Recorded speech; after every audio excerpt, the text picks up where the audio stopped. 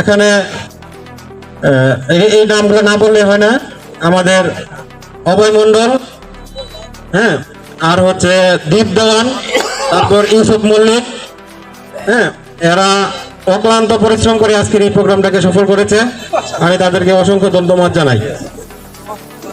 জানাই এলাকার সকল মহাবীরদেরকে। তারা সবাই উপস্থিত হয়ে সুন্দরভাবে আমাদের এই প্রোগ্রামটা সফল করেছে।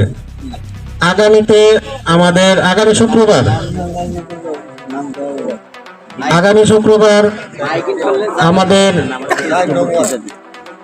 ইয়ারপুর ইউনিয়নের 4 নং ওয়ার্ডের ওয়ার্ড কমিটি দেওয়া হবে। আমাদের নেতাকর্মী সকলকে এখানে উপস্থিত থাকার জন্য অনুরোধ জানানো হইল।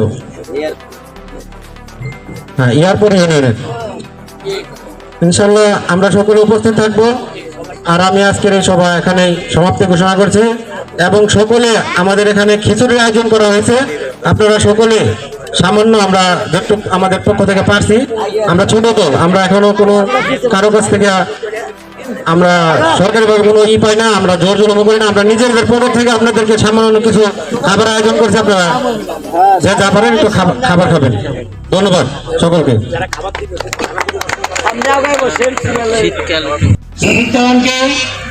এখন আপনাদের সঙ্গে গুরুত্বপূর্ণ আলোচনা রাখবেন। আমাদের মাঝে অনেকক্ষণ ধরে উপস্থিত এই সাভার আশুলিয়া ইউনিয়ন গণ অধিকার পরিষদের কর্মী সম্মেলনের কর্মী ভাই ও বোনেরা, উপস্থিত আমার শ্রদ্ধাভাজন বড় ভাই মঞ্চে উপবিষ্ট আছেন, উপস্থিত প্রধান অতিথি আমাদের শ্রদ্ধাভাজন বড় ভাই অ্যাডভোকেট শওকত ভাই, উপস্থিত আছেন এই অনুষ্ঠানের সম্মানিত সভাপতি এবং আরো উপস্থিত আছেন গণ অধিকার পরিষদের সিনিয়র নেতৃবৃন্দ এবং গণ অধিকার পরিষদের সম্মানিত কর্মীবৃন্দ। সবাইকে আসসালামু আলাইকুম। আপনারা জানেন এই গণ অধিকার পরিষদ প্রথমে গণ অধিকার নিয়ে কাজ করে নাই।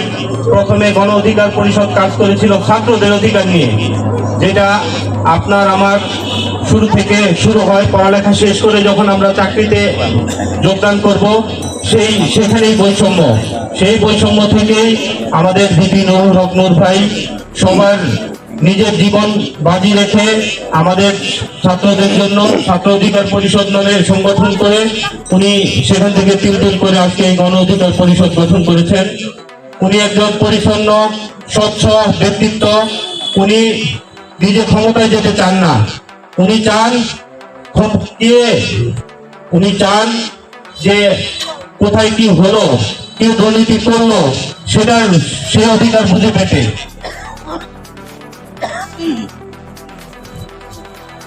তো আজকের যে গণ অধিকার পরিষদের কর্মী সম্মেলন আপনারা ভালো মন্দ বিভিন্ন দলের ভালো মন্দ বোঝাবেন। আমার থাকবে, আমার অভিব্যক্তি থাকবে যে আপনারা বিএনপি, আওয়ামী লীগ এবং গণ অধিকার পরিষদ এই তিন দলই আপনারা রেখেছেন। আপনারা ঘরে ঘরে আপনাদের যে মা বোন আছে, আপনাদের মা বোন ভাই বোন আত্মীয় স্বজন ওনাদের বোঝাবেন যে আসলে কোন দলটা ভালো, কোন দল মানুষের জন্য কাজ করবে, কোন দল। বিএনপি আওয়ামী লীগকে তো আমরা দেখেছি, বিএনপিকেও দেখেছি, আওয়ামী লীগকেও দেখেছি যে কোন দল ওনারা আসলে আমাদের জন্য কি করেন। আর আমাদের এই ঢাকা 19 আসনের শ্রদ্ধাভাজন বড় ভাই শওকত ভাইকে ভকির নূর সাহেব মনোনীত করেছেন ঢাকা 19 আসনের সংসদ সদস্য মনোনয়ন দিবেন। এখন আমরা এখন তার হাতকে শক্তিশালী করার জন্য সকলে আমরা তার সাথে ইনশাল্লাহ থাকবো। তো ইনশাল্লাহ এই বলে আমার বক্তব্য শেষ করছি।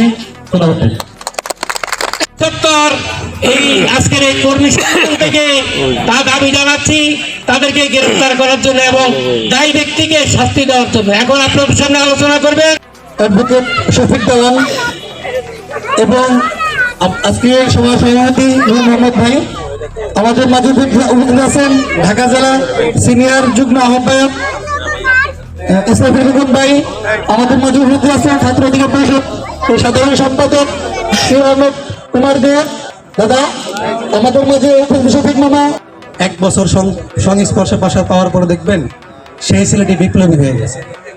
যার বাস্তব উদাহরণ কি জানেন? আজকে রাসিফ এবং নাহিদ।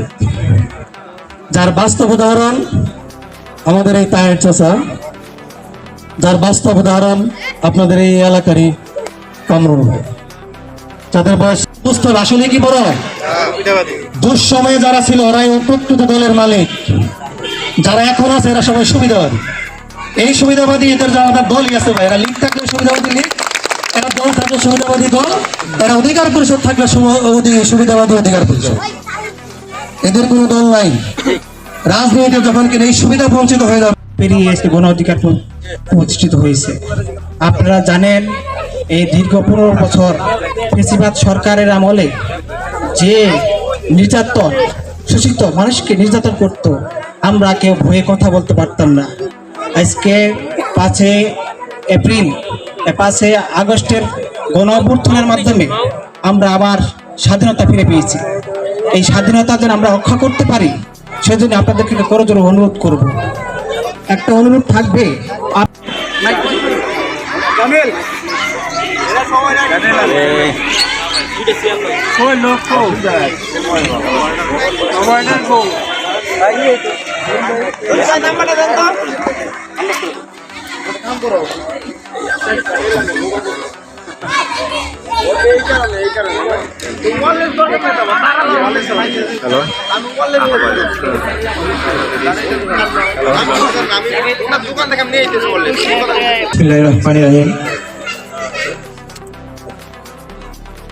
গণতন্ত্র, ন্যায় বিচার, অধিকার, জাতীয় স্বার্থ।